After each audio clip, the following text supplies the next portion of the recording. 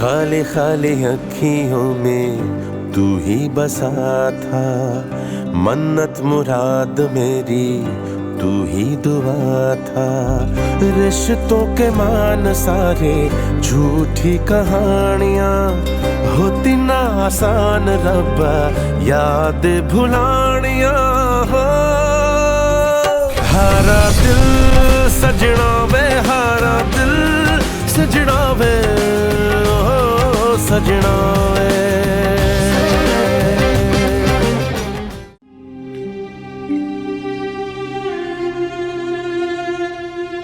اینا همش به خاطر به دنیا اومدن توه. عابده، اگه تو به دنیا نمی اومدی، نه من از بابا عصبانی می شدم، نه اینکه اون ازم دور می شد. اینا به خاطر وجود توه. عابده چی کار میکنی؟ اون خوابیده. من هیچ وقت باهات حرف نمیزنم و دوستت ندارم. عابده ولش کن. عابده آخه ببین داری چی کار میکنی؟ ولش کن دیگه. عابده داری بچه رو اذیت میکنی. این چه کاریه میکنی آخه؟ تو چه کار به بچه داری؟ وقتی این بزرگ شد بهش بگو من اصلا دوستش ندارم.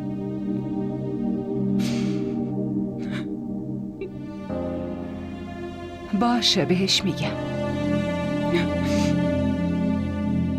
سمی، خواستم بگم خواهر کوچیکت اصلا دوستت نداره. وقتی بیدار شد بازم بهش میگم این شیر پسر منه، اصلا از تهدیدهای تو نمیترسه. آبجی این چقدر خوش شانسه، چون نمیفهمه کیا رو از دست داده، فقط تو دنیای خودش غرقه. نه، اون خوب میدونه که تنها نیست.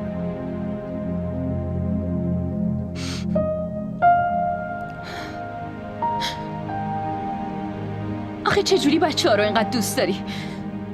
من که دوستشون ندارم. مادر بودن تو ذات زن است. وقتی تو هم چنین موجود دوست داشتنی گیرت بیاد، خودت هم همینقدر بهش علاقه من میشی. شاید دوست داشتن خود به خود به وجود میاد.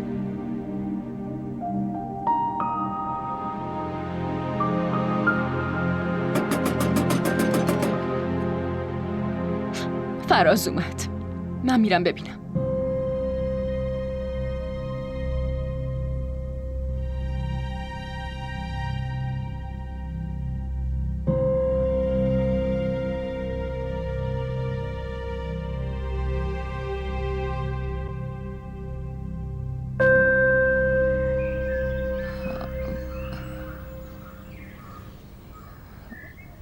دیدن کی اومدی؟ داداش ابرار که دیگه تو این دنیا نیست. اوه، نکنه از طرف دفترش اومدی، مگه نه؟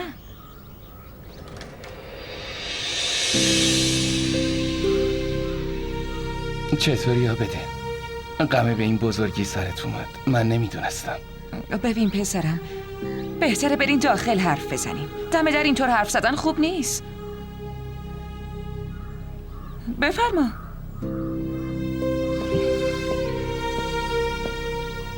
بفرمایید داخل. میتونید کنجکاویتون رو برطرف کنید. بفرمایید، من ازتون پذیرایی میکنم. بفرمایید. دختر یه زبون دراز.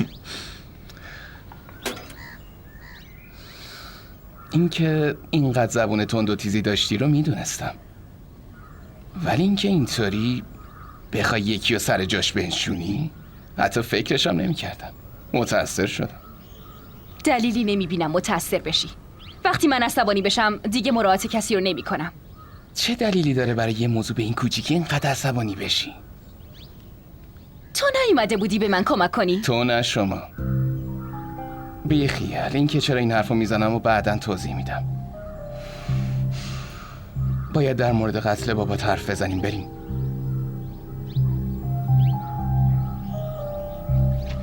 فهیمه، واقعا شانس دختری داداش ابرار خیلی خوبه. یکی اون روحامه که از خانواده بزرگ و پولدار و سرشناسیه. دلش از محبت و عشق مؤمنه پر شده. حالا هم این دومی که آسمون رو لمس میکنه. اون وقت دختر بدبخت من نایلا سادله و احمقه، هیچ کاری ازش بر نمیاد. به خدا اگه یه بار تا حالا خواستگار اینجوری براش اومده باشه. اینو بدون زیبا، این پسرایی که از این خانواده‌های بزرگ هستن اصلا اهل ازدواج نیستن. اینا اینجور دخترها رو احمق میسازن. میدونی چه جور میپسندن؟ دخترایی که روشن فکرن، در عین حال احمق و دیوونه، که اگه یه وقت اتفاقی براشون افتاد این دخترها کسی رو نداشته باشن که ازشون حمایت کنن. من خودم از این مدل پرونده زیاد دیدم. بهت بگم یه روزایی از همین دخترها پیش خودم می اومدن، فرداشم تمام نشونهای گناهشون به خاطر من پاک میشد. توبه کن، این چه جور کاریه که میکنی؟ از خداوند طلب بخشش کن. خیلی گناه بزرگی، اصلا میدونی فهمه؟ وای وای وای وای، خیلی گناه بزرگه. من چرا فکر کنم؟ مگه با فکر من جامعه عوض میشه؟ اونایی که گناه میکنن باید فکر کنن. من که فقط گناه دیگران رو تمیز میکنم، همین. متوجه نیستی؟ اونی که به بهونه سفر از خونه رفت، خودت که شاهد بودی، با خودش پسر آورد. اگه این کارو نایلا میکرد قسم میخورم که نمیذاشتم پاشو تو خونه بذاره. بی خیال زیبا، این حرفا رو نزن. وقتی حرف بچه خودت باشه هیچ کاری نمیتونی بکنی. حالا من یه چند روزی رو صبر میکنم، بعد ببین چه جوری از موهاشون میگیرم و با یه تیپو از خونه میندازمشون بیرون. بذار وقتش برسه. یه وقتی این اشتباهو نکنی ها. تو نمیدونی داداش ابرار تو این محل چقدر آخه آبرو داره. اگه این کارو انجام بدی اون وقت اهل محل ولکنت نیست. یعنی من خودم تو این محل آبرو ندارم که اینا هر کاری دلشون خواست بکنن؟ امکان نداره. میدونم با اهل محل چی کار کنم. تو میوه تو بخور، ول کن این حرفا رو. اصلا به این حرفا با دقت گوش نمی‌کنی که چی میگم. بی خیال ولش کن. نمیدونم این پرتقالا چرا این روزا خراب شدن. ظاهراً به نظر نمیرسه که قتل باباتون برنامه‌ریزی شده. به نظر میاد یه درگیری خیابونی بوده. برای بستن اینجور پرونده ها پلیس خیلی دست به بازی داره. یه عموی پلیسی دارم ولی باهاش ارتباطی ندارم. ولی حالا باید بریم ببینینش. حالا که شما میگین حتما میرم دیدنش. آبده، برو براشون چایی بیار.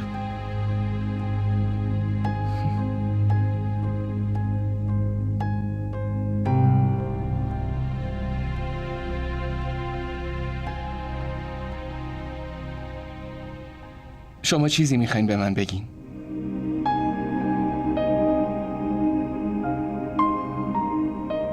شما میخواین با آبده ازدواج کنین؟ الان؟ الان نه، بعد مراسم 40 پدرم. اگه تو این دوره خانوادتون رو بفرستین خواستگاری، اینطوری خیلی بهتر میشه. من که با این ازدواج هیچ مشکلی ندارم. میمونه حرف مامانم که جوابشو میدونم. قطعا اونم مخالفتی نداره. اگه نظرتون عوض شد چی؟ راستش من همیشه به ثابت کردن اعتقاد دارم. چی رو میخواین به آبجی من ثابت کنین؟ ایشون که ثابت کردن، فقط با یه تماست اومدن اینجا. آدمای درست اونایین که پنهونی و یواشکی نمیان.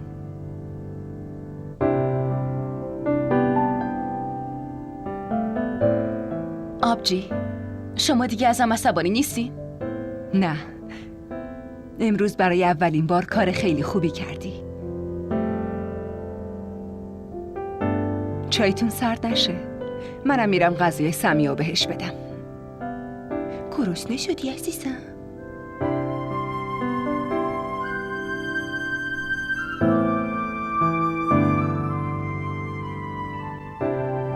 داداشت خیلی کوچیکه. تا جایی که من میبینم این بچه میتونه تو زندگیتون تأثیر منفی داشته باشه.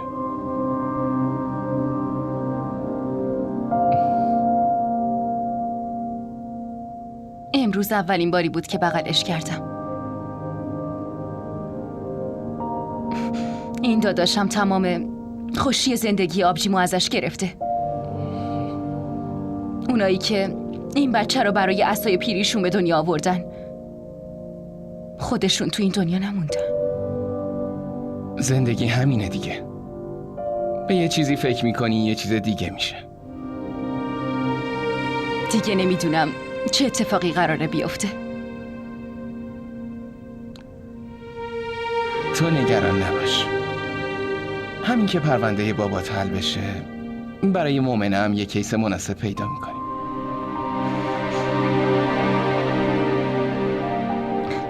خیلی ممنونم ازت که به ما اینقدر کمک میکنی.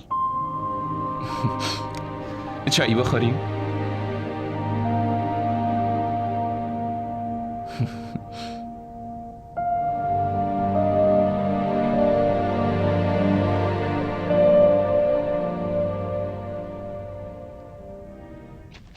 به به، چه روزی. امروز این چای خوردن داره.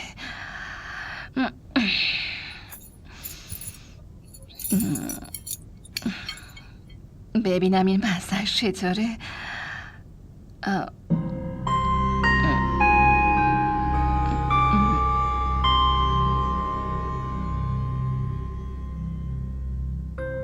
هی مومنه، باید بری بیرون خریدای خونه رو بیاری.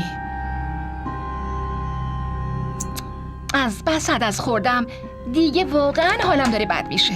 آهان، شیرم حتما بگیر. باید شبا بعد از خوردن داروهام حتما یه لیوان شیر گرم بخورم، برام واجبه، وگرنه فشار خونم میفته و حالم خیلی بد میشه. چی؟ من بیارم؟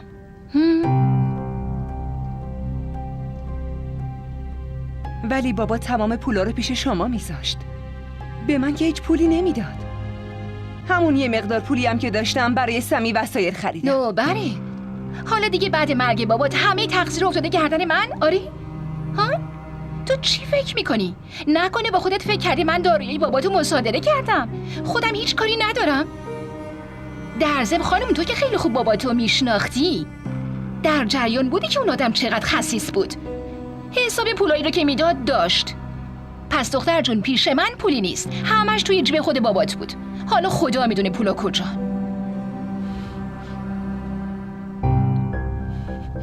حواست باشه پشت سر بابام حرف نزنی. مگه بهت چی گفتم؟ فقط در همین حد گفتم که بابا خرج خونه رو به شما میداد. که اینطور؟ پس یه کاری کن، کفشاتو در بیار و بزن تو سر من. میتونی از موهام بگیری از خونه بیرونم کنی، پول پیشم نیست و خرج شده. تو بگو چی کار کنیم؟ چی کار میتونیم بکنیم؟ هیچ کاری نمی کنیم. به زندگی ادامه میدیم. با شکم گرسنه زندگی میکنیم، حداقل دستمونو پیش غریبه و آشنا دراز نمی کنیم. همینجوری میشینیم. دلیلی نمیبینم که بخوای اینجوری به من تیکه بندازی. من قبل ازدواجم برای خودم رئیس بودم. تو خونم لذت دنیا رو میبردم و کارم داشتم. فقط مسئولیت قاسم با من بود. با اومدنم به اینجا برعکس مسئولیتام زیادترم شد. حالا شکم این سه تا یتیمو چجوری سیر کنم؟ همتون بلای جونم شدین. از یه طرفم تو عدم، شما خجالت نمیکشین؟ بذار عدم تموم بشه، میرم یه جایی کار میکنم تا بیارم شکم شما رو سیر کنم. الان از کجا پول بیارم؟ بابا بود حداقل پیش مهمون آبروداری میکرد. اگه نمیتونین آبروداری کنین حداقل ساکت بمونی، به خاطر شما رفت. خب خدا رو شکر که بالاخره از خونمون رفتنی شد. ها؟ خوب گوش کن دختر جون، مهمون برای 1-2 ساعته، نه اینکه بیاد 4-5 ساعت برای دلت بشینه. بگیم ببینم این بی‌حیایی بودنتون رو از کی شروع کردین؟ شما هم که بزرگی بالا سر ندارید. نمیفهمم از دست شما برم به کی شکایتتون رو بکنم.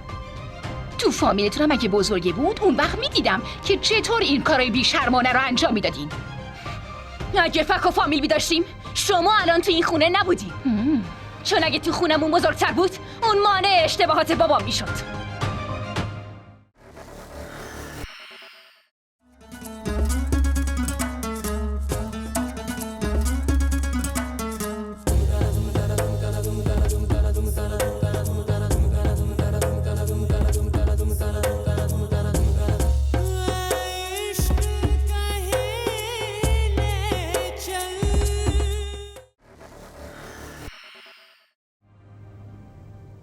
این خواهرت زبانش خیلی تنده. نمیدونم مامانت سر این چی خورده که اینجوری بار اومده. ها؟ اصلا تو حرف کم نمیاره. ببینین، من خیلی دارم مراعاتتون رو میکنم. پس برای شما بهترین کار اینه که اسم مامان منو با احترام به زبون بیارین. چرا؟ چرا باید به مامانت احترام بذارم؟ ها؟ مگه من بهش فحش شدم یا چیزی بدی گفتم که تو بهت برخورده؟ ای خدا! من این زمین رو اینجوری از زیر پات میکشم بیرون که همه عمر یادت بمونه. خجالت نمیکشه؟ آره بشکونشون، اینا که مال باباتن دیگه. با شکوندن بشقاب کاسه میخواد زورشو به من نشون بده. این انگار که من این چیزا رو بلد نیستم. خجالت نمیکشه؟ اینم که سرد شد. کی میخوره؟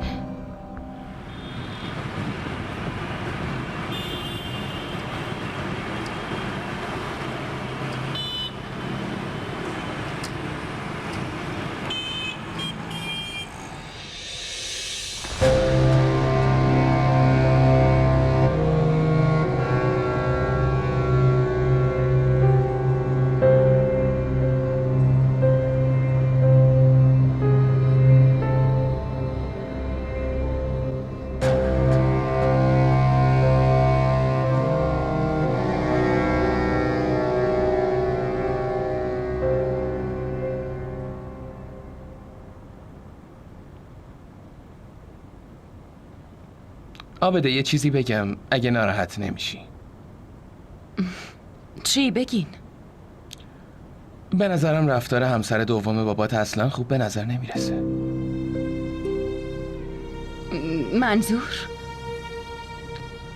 منظورم اینه که یه عضو جدید تو خانوادتون اومده. پلیس میتونه به اون خانوم مظنون بشه. به اینجاش فکر نکردم. خوب میدونم که غمت خیلی بزرگه و به جای اینکه تو خونه بشینی مثل بدبختا گریه و عزاداری کنی، داری دنبال قاتل بابات میگردی. این پشت کارت رابطه ما رو قوی تر از قبل کرد. رابطه ما؟ آره؟ من با مؤمنه در موردش حرف زدم. نکنه تو اعتراض داری؟ ممکنه داشته باشم. تو خیلی با پشت کار رو در این حال پیچیده هستی. خب الان میریم کلانتری. این قضیه از خواسته من کاملا جداست. بریم داخل.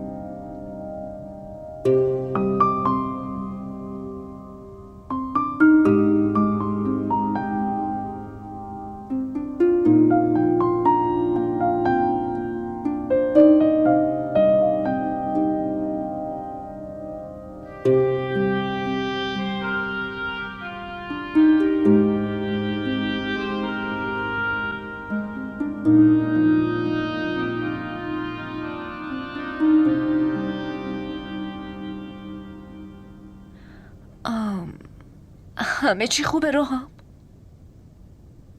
واسه چی؟ نمیدونم، اما با دیدنت اینجور به نظر میرسه که انگار علاقه نداشتی با من خرید بیای. حتی از چهرت همه چی رو میشه واضح فهمید که تو با اینکه کنارمی ذهنت پیش من نیست. من نمیفهمم ما دوتا کی قراره کنار هم احساس خوشحالی کنیم. میدونی چیه فزه؟ به نظرم این که بخوایم در کنار هم خوشحال باشیم به زمان خیلی زیادی نیاز داره. تو عجله داشتی. خب منم مخالفت نکردم. ربات نیستم که احساساتمو با یه دکمه روشن کنم. لطفاً تلاش کن درک کنی. به نظرم باید به این رابطمون یه خورده زمان بدیم.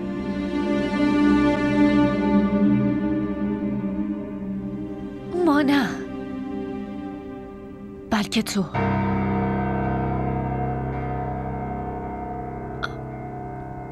روحم راجبه تو چیزی نمیدونم، اما من تو زندگیم به جز تو به هیچ پسر دیگه حتی فکرم نکردم، چه برسه به این که بخوام باهاشون قرار بذارم. البته اینجوری نیست که پسرای دیگه نمیتونستن وارد زندگیم بشن، اما من همیشه منتظر تو بودم و به تو فکر میکردم. درک میکنم نادیده گرفتن تو اونقدرم راحت نیست. وقتی این حرفو قبول میکنم که دیگه نادیده گرفتن منو تمومش کنی. ولی من همیشه تو رو اهل عمل میدونستم. اگه من اهل عمل نبودم که الان اینجا کنارت نشسته بودم. آره اینم هست. باشه، تو برنده شدی و من باختم، درسته؟ خیلی دوست دارم از تو برنده بشم روحام، اما من آدمای بازنده رو هم دوست ندارم.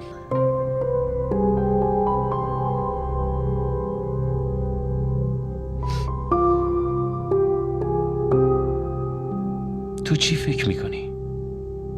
یعنی من از مسئولیتام فرار میکنم؟ مشکل همینجاست. من نمیخوام مسئولیتت باشم، بلکه میخوام تو اولویتت باشم.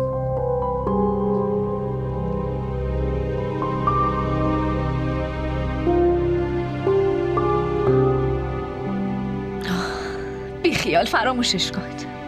فکر کنم دیگه باید بریم، چون تو همینجوریشم به همراهی کردنم علاقه نداشتی. مگه چیزی نمیخوری؟ مگه برات مهمه؟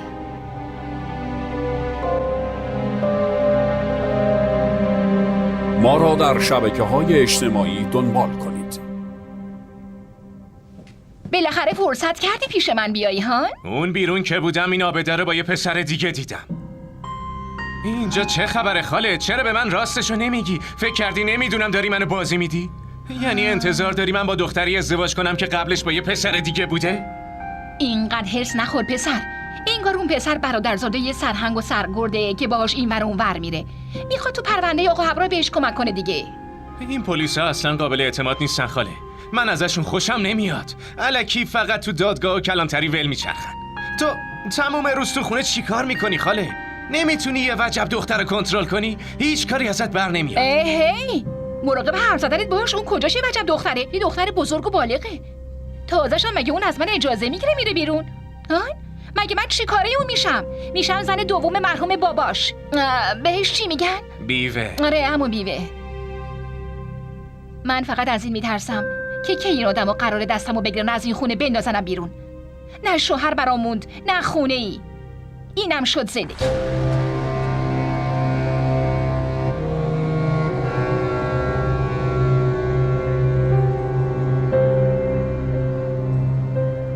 الان سند خونه کجاست؟ میتونیم سندو به نام تو بزنیم. برام بیارش. مگه تو زنش نیستی؟ حتی اگه بیوه باشی. ها؟ عجب، میبینم از بیوه شدن من خیلی خوشحالی. قشنگ معلومه ها. بیوه. ولی سند پیش من نیست. اما قاسم، یه مشکلی هست. چی؟ میدونی سند خونه نه به اسم آقا ابرار ثبت شده، نه به اسم من. میدونی در واقع سند رو به اسم اون زن مرحومش کرده، بعدش هم به اسم این دختراش. به ما هم که چیزی نمیرسه. حالا بگو باید چی کار کنم؟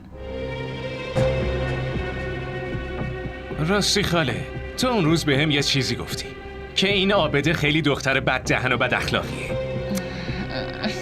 ولی مؤمنه اون که هیچ نقصی نداره. انگار اون برای من ساخته شده. من میخوام با مؤمنه عقد کنم. تمام. مؤمنه زن من میشه. خونه هم که به اسم خود مؤمنه است. خونه مال کی میشه؟ ها؟ مال خواهرزادت میشه خاله. اون وقت زندگی تو هم با آرامش میگذره. ما دوتا چه زوج خوبی میشیم خاله. دیگه میتونیم یه زندگی راحت داشته باشیم. فقط تو سر یه فرصت مناسب ازدواج ما دوتا رو فراهم کن. عجب حرفی زدی. های بی غیرت، هنوز جلو پدرش نگذشته تو فکر ازدواج به سر زنه؟ واقعا خجالت نمیکشی؟ گوش از اینجا. پس من چی کار کنم؟ تا چلو منتظر بشینم؟ تو هم که کل روز پارو پات میذاری و مشغول بازی هستی، از تو هیچ خیری نمیرسی. من میرم. همینجوری سرشو پایی میندازه و میاد میگه منو داماد کن. من خودم از ازدواج چه خیلی دیدم، بیوه شدم و نشستم، نه خونم معلومه نه آیندم. احمق. بازیمو میکنم، حالا که بهم تیکه انداخت حداقل تمومش میکنم.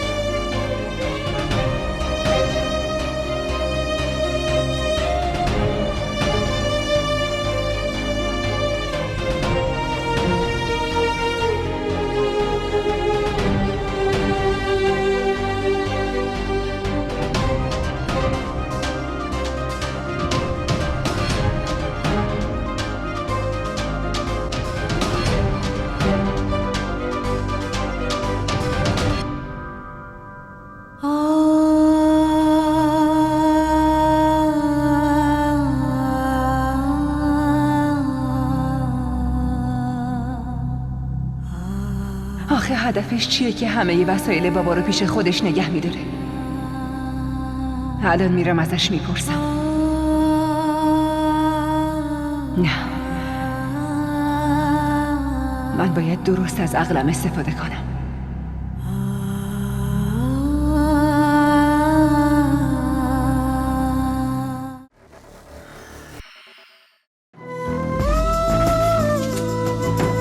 این دیگه چیه نوشتین؟ چرا پاک نمیشه؟ این اسم دیگه از دستت پاک نمیشه.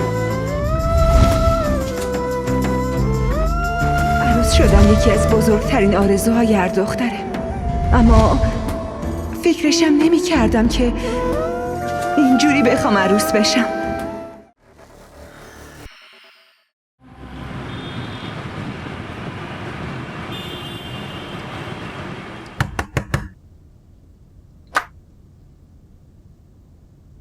چی شده آبجی؟ چرا در رو قفل کردی؟ همه چی خوبه؟ کسی اومده بود؟ نه، کسی نیومده. داشتم سمیو میخوابوندم. میدونی دیگه به کسی اعتمادی نیست. هر کسی ممکنه هر لحظه بیاد.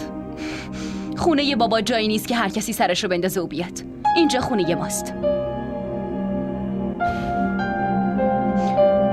آبجی تو هم هر چه زودتر این زنو از خونه بنداز بیرون. نه، الان نه. منظورت چیه؟ یعنی میخوای تو این خونه نگهش داری؟ نه، ببین عده‌اش هنوز تموم نشده. اینجوری الکی ما هم گناهکار میشیم.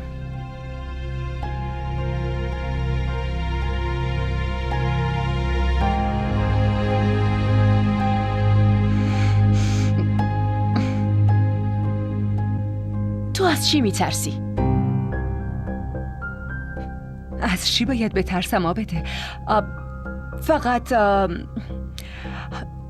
ببین هر چی هست اون تو عقد بابا بود، مگه نه؟ زن بابا بود. پس اون این حقو داره که تا تموم شدن عده‌اش تو همین خونه بمونه. همین، دیگه چیزی نیست. تو نه تنها از چهره بلکه اخلاقت هم شبیه مامانه. باشه، درسته هستم، ولی در این مورد نمیتونم کاری بکنم. تو اینو به من بگو که تو پرونده بابا جای پیشرفتی هم هست؟ آره، جای پیشرفتی هست. فراز فکر میکنه که بابا هدف قرار گرفته و شکشم به این خانم محترمه.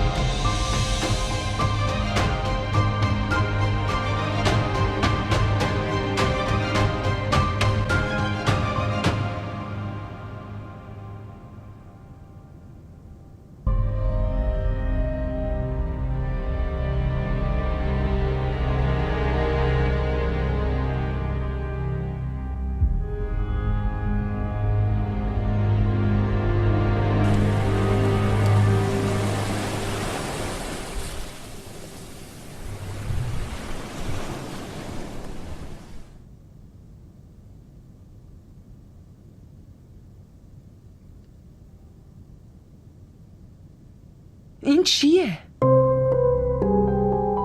شما همه حقوق رو پرداخت کردین؟ اما به حساب کی؟ امضاش اینجا موجوده. تمام حقوق رو به خانم فهیمه ابرار پرداخت کردیم. در واقع شرکت ما در این زمینه ها هر حقوق قانونی که متعلق به بیوه ها باشه رو به موقع پرداخت میکنه. به نظر میاد مادرتون بهتون چیزی نگفته. اون مادر من نیست. اگه اون واقعا حرمت این کلمه رو میدونست، من اینجا دست خالی روبروتون نمیشستم. ممنون. خواهش میکنم، خوش اومدین.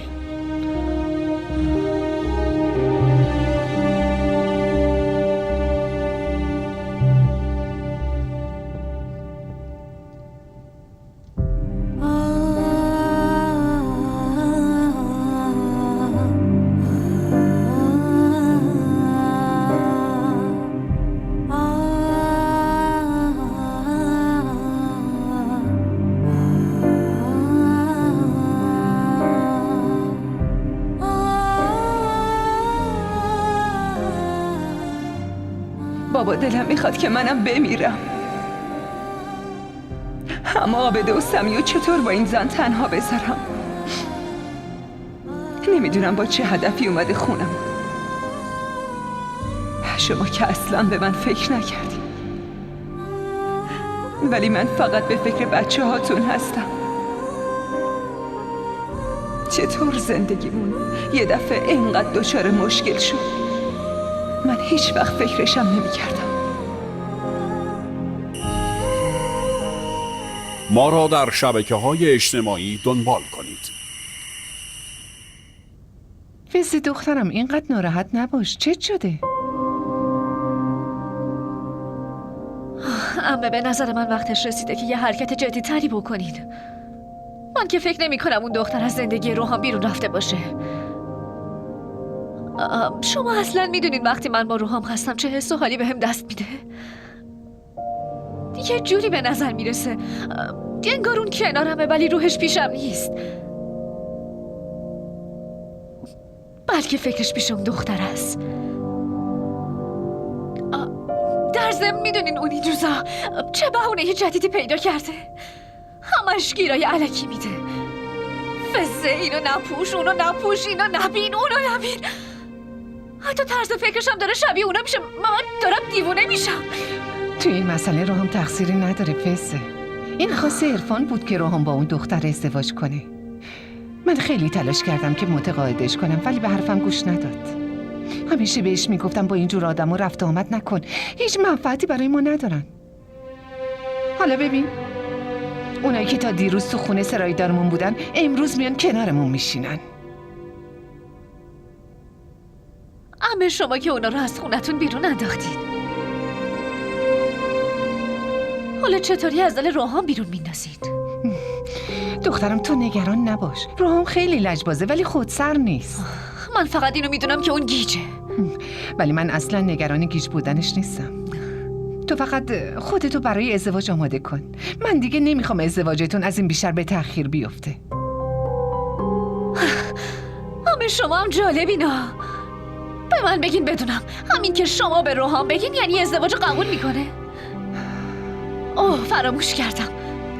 مگه خود شما نبودین که به روحان قول دادین که پسر دوست داشتنیم؟ من دیگه اذیتت نمی کنم.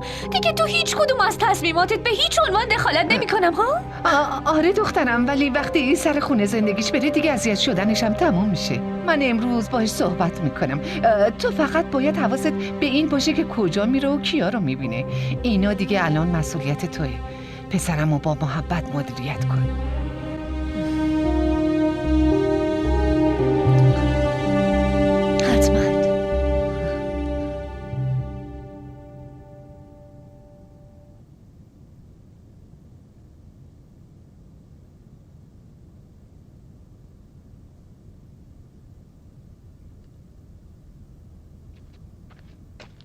این پسرت انقدر پشت سرت گریه کرد که خوابید.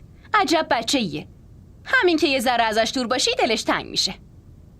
بچه است دیگه. چون مامانشو هیچ وقت ندیده برای همینه. هر کیم مثل مامان بهش محبت کنه وابسته اون میشه. باشه مادر دلسوز. خب حالا بگو حقوقو گرفتی؟ پول برقو باید پرداخت کنیم. پول گازم از 2 ماهه که پرداخت نشده. خانم فهیمه ابرار اون حقوقو کامل گرفته. چی؟ چه بیشوره. من دیگه این دفعه میکشمش. بشین ببینم. تو هر چقدر سر و صدا را بندازی اون زن محتاطانه رفتار میکنه. ما باید با سیاست باهاش رفتار کنیم. واقعا که آبجی با وجود این همه کاری که کرده باز میگی با سیاست رفتار کنیم؟ هر کی همونطور که لیاقتش رو داره باید باهاش همونطوری رفتار بشه.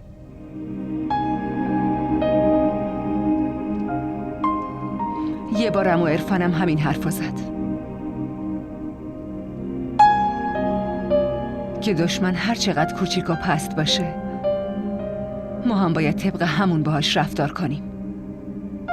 کاش بابا حداقل یه بار حرف عمو عرفانو قبول میکرد.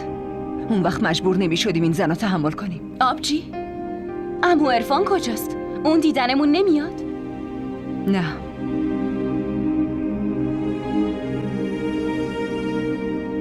اون تشی جنازه بابا هم نیومد.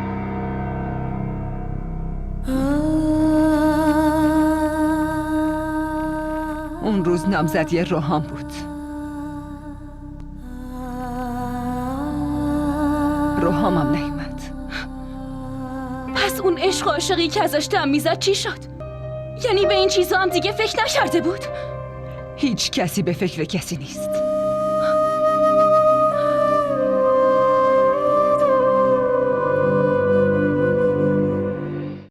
खाली खाली अखियों में तू ही बसा था, मन्नत मुराद मेरी तू ही दुआ था। रिश्तों के मान सारे झूठी कहानियाँ होती ना आसान रब्बा याद भुलानियाँ।